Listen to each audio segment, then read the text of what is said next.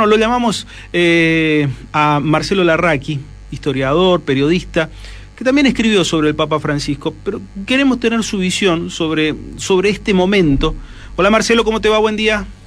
Hola Daniel, buenos días, ¿cómo estás? Gracias por el llamado. No, por favor, gracias Marcelo por atendernos. Marcelo, ¿es el argentino más trascendente a nivel global y no nos estamos dando cuenta? Bueno, si miramos desde una perspectiva universal, yo creo que sí, porque nadie influye más que ningún argentino influyó más en el mundo que el Papa en el terreno de la política, de la religión. Bueno, obviamente después tuvimos a Maradona y a Messi, pero me parece que son otras categorías de análisis, ¿no? Vos sabés que recién hablaba con Fortunato Malimachi y él me daba ciertos detalles, y una de las preguntas que me quedó colgada, que también iba hacia vos: ¿Francisco humanizó al papado? Digo, porque el papado antes era algo lejanísimo y ahora parece algo tan cercano que se saca hasta una selfie con cualquiera cuando va al Vaticano. ¿Humanizó el papado? Y quizás esa haya sido una de las grandes virtudes de él, la comunicación con el católico, con la misma sociedad. Sí, yo creo que ese fue el programa que él elaboró en las congregaciones generales, que es cuando se elige al pontífice, que cada candidato, digamos, cada cardenal, que son más de 200, dice unas palabras, y él ahí dijo unas palabras que aplicó en su programa, que es sacar a la iglesia, sacar a Cristo de sí mismo. Dijo: Cristo está prisionero en la iglesia. Sí, la idea de evangelizar, de una iglesia en misión, una iglesia en salida, y esto produjo un acercamiento. Pero claro, él también dijo: ¿cómo me gustaría una iglesia pobre para los pobres? ¿Pero por qué? Porque el parámetro anterior era una iglesia que estaba asediada por los escándalos, con corrupción interna, con denuncias de pedofilia. Entonces, esa iglesia en el mundo global estaba perdiendo liderazgo político y social. Uh-huh. Entonces, esto es lo que intentó el Papa: abrir la iglesia hacia un periodo de influencia política y social, con un líder carismático que estuviera cercano a los más débiles, cosa que ningún líder mundial en ese momento hacía o hablaba de esos temas, ¿no? Y además el tema de agenda que instaló con la cuestión medioambiental. Entonces, me parece que fueron esas las claves de su pontificado a nivel global. Uh-huh. ¿Qué observas como lo más importante que ha hecho Francisco en estos 5 años? Yo creo que propender, en términos internos en la propia iglesia, propender hacia un cambio de mentalidad, ¿no? De terminar con la idea de una iglesia principesca y promover una iglesia cercana a los pobres, que estuviera, más que cercana a los pobres, atenta a las realidades humanas, ¿no? Una iglesia menos doctrinal, que hiciera menos énfasis en la doctrina y hiciera énfasis en la dimensión social.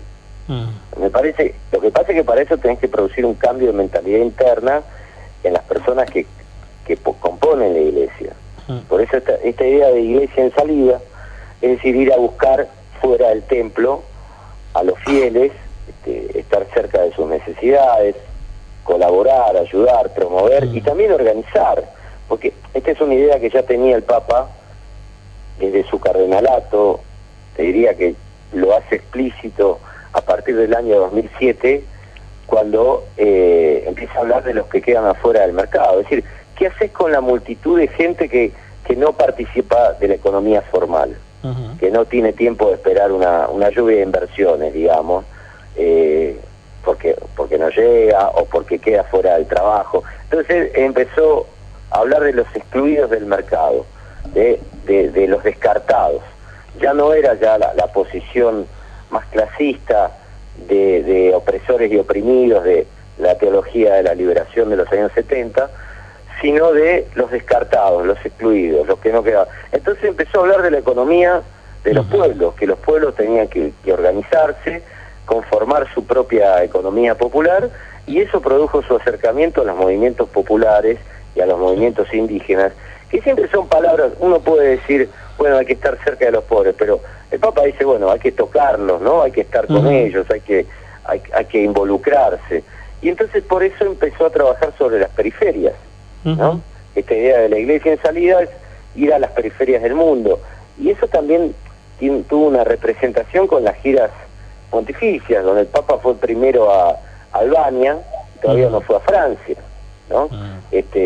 Donde demoró muchísimo tiempo en ir a una arquidiócesis del norte de Italia, y la primera ciudad europea a la que fue Nápoles, para hablar de la mafia. Entonces, parece que es coherente con su programa de gobierno, con su ministerio en la Iglesia Católica. Ahora, vos me decís como un cambio de mentalidad como una cosa sencilla, pero desde la comodidad del Vaticano hasta parece casi revolucionario. Sí, parece quimérica, porque la gente que estaba acostumbrado a recibir donaciones, que no se sabía cuáles eran el destino, a vivir en departamentos de 400 metros, a tener autos a disposición, entonces no estaban cerca de los humildes, de los necesitados, de los que necesitaban la palabra de Dios o del pueblo de Dios.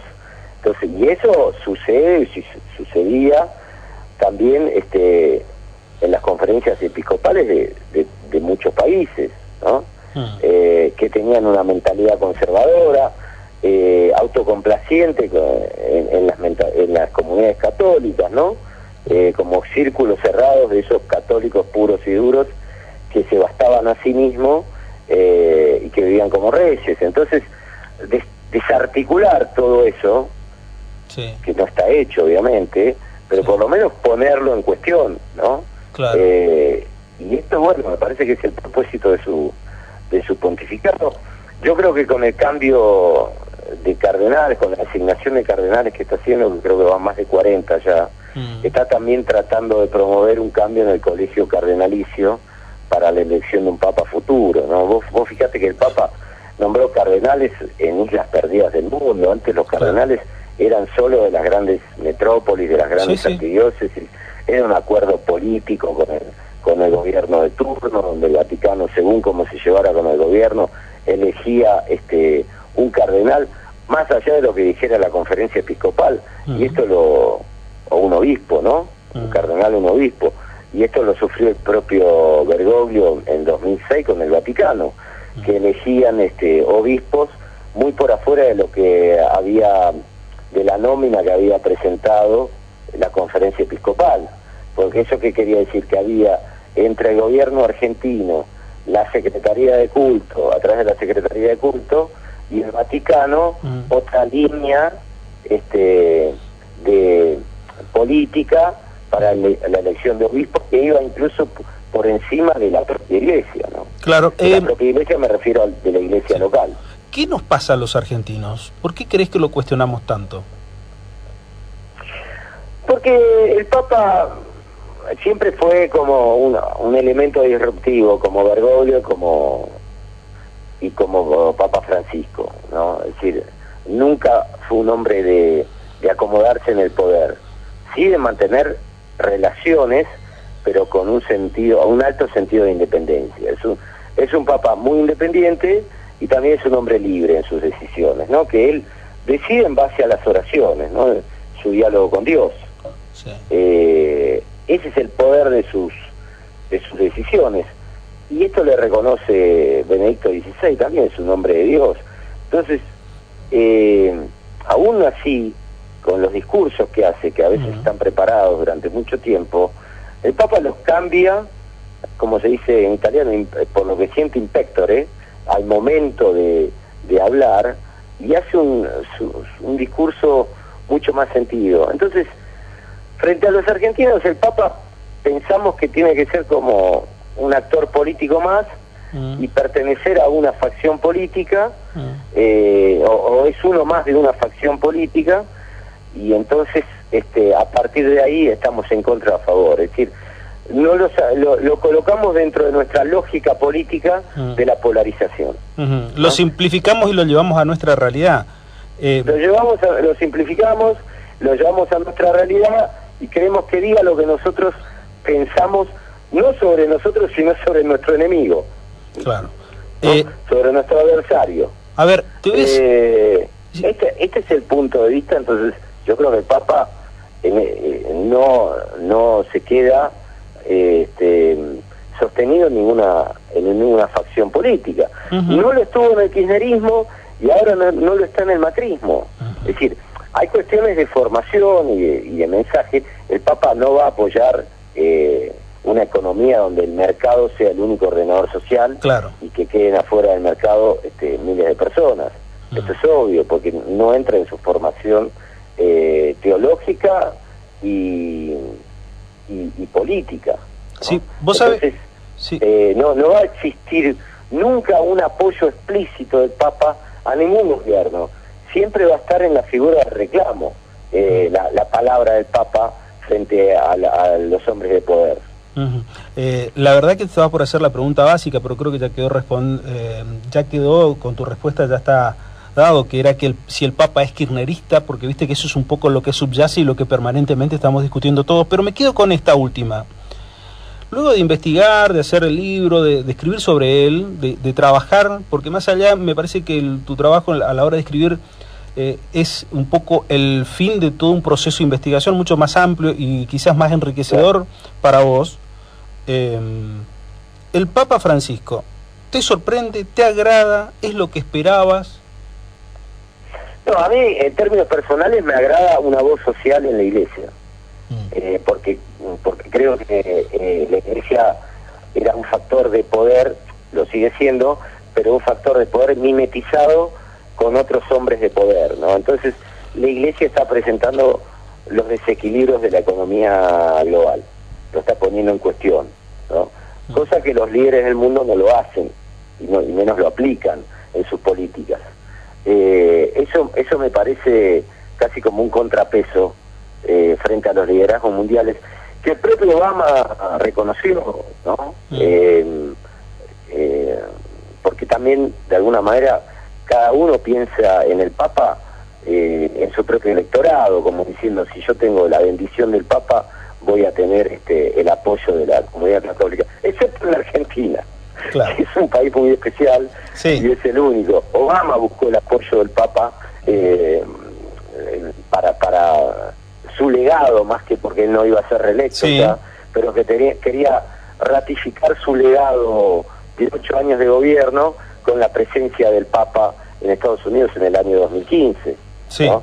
Pese a todas las cuestiones de la problemática interna de la Iglesia conservadora en Estados Unidos.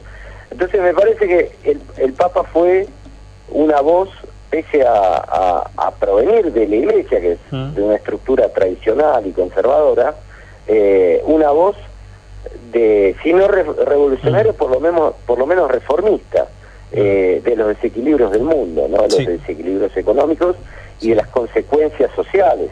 Por eso habla de medio ambiente también, ¿no? Cuando decimos, bueno, el Papa critica la deforestación, está hablando también de las inundaciones que provoca la deforestación en los más débiles, que son los que están, los más vulnerables, que están a la vera de los ríos. Entonces es muy realista todo su planteo. Esto está en la encíclica Laudato Si, y después Evangelium Gaudium también es una pieza económica y social de la visión del Papa. Yo todo esto lo trabajé para el libro Código Francisco, que estudié las encíclicas y sus discursos, y me parece que están fundados con plena conciencia en el mundo de todos los días, ¿no? Claro, y vos sabés que Fortunato Malimachi me hablaba mucho de la Conferencia Episcopal de la Latinoamericana, y yo me acordaba mucho de la encíclica en Brasil, que hicieron en Brasil, que tuvo como secretario de redacción al arzobispo de Corrientes,